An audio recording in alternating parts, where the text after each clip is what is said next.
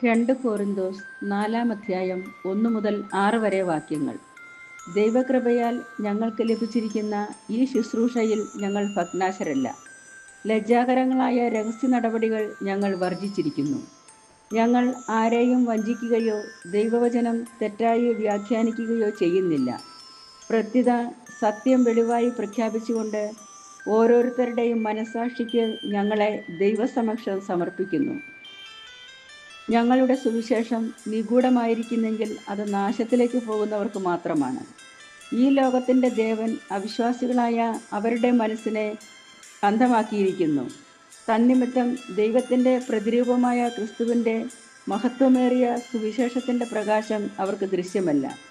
ഞങ്ങൾ ഉദ്ഘോഷിക്കുന്നത് ഞങ്ങളെക്കുറിച്ചല്ല, പ്രത്യുത യേശുക്രിസ്തുവിനെ കർത്താവായും യേശുക്രിസ്തുവിനു വേണ്ടി ഞങ്ങളെ നിങ്ങളുടെ ദാസന്മാരായുമാണ്.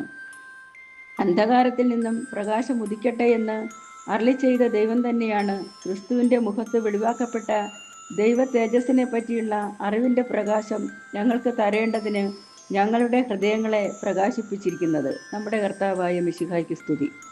വിശുദ്ധ മത്തായി എഴുതിയ സുവിശേഷം 23-ാം അധ്യായം 13 മുതൽ 22 വരെ വാക്യങ്ങൾ. കപടനാട്യക്കാരായ നിയമജ്ഞരെ, ഫരിസേയരെ, നിങ്ങൾക്ക് ദുരിതം. നിങ്ങൾ മനുഷ്യരുടെ മുമ്പിൽ സ്വർഗരാജ്യം അടച്ചു കളയുന്നു. നിങ്ങൾ അതിൽ പ്രവേശിക്കുന്നില്ല, പ്രവേശിക്കാൻ വരുന്നവരെ അനുവദിക്കുന്നുമില്ല. കപടനാട്യക്കാരായ നിയമജ്ഞരെ, ഫരിസേയരെ, നിങ്ങൾക്ക് ദുരിതം. ഒരുവനെ നിങ്ങളുടെ മതത്തിൽ ചേർക്കാൻ നിങ്ങൾ കടലും കരയും ചുറ്റി സഞ്ചരിക്കുന്നു.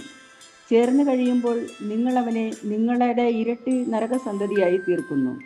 അന്ധമായ മാർഗദർശികളെ, നിങ്ങൾക്ക് ദുരിതം. നിങ്ങൾ പറയുന്നു, ഒരുവൻ ദേവാലയത്തെ കൊണ്ട് ആണയിട്ടാൽ ഒന്നുമില്ല, ദേവാലയത്തിലെ സ്വർണത്തെ കൊണ്ട് ആണയിട്ടാൽ അവൻ കടപ്പെട്ടവനാണ്. അന്ധരും മൂഢരുമായവരെ, ഏതാണ് വലുത്, സ്വർണമോ സ്വർണത്തെ പവിത്രമാക്കുന്ന ദേവാലയമോ? നിങ്ങൾ പറയുന്നു, ഒരുവൻ ബലിപീഠത്തെ കൊണ്ട് ആണയിട്ടാൽ ഒന്നുമില്ല, എന്നാൽ ബലിപീഠത്തിലെ കാഴ്ചവസ്തുവിനെ കൊണ്ട് ആണയിട്ടാൽ അവൻ കടപ്പെട്ടവനാണ്.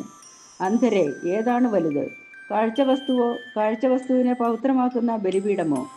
ബലിപീഠത്തെ കൊണ്ട് ആണയിടുന്നവൻ അതിനെക്കൊണ്ടും അതിന്മേലുള്ള എല്ലാ വസ്തുക്കളെ കൊണ്ടും ആണയിടുന്നു. ദേവാലയത്തെ കൊണ്ട് ആണയിടുന്നവൻ അതിനെക്കൊണ്ടും അതിൽ വസിക്കുന്നവനെ കൊണ്ടും ആണയിടുന്നു.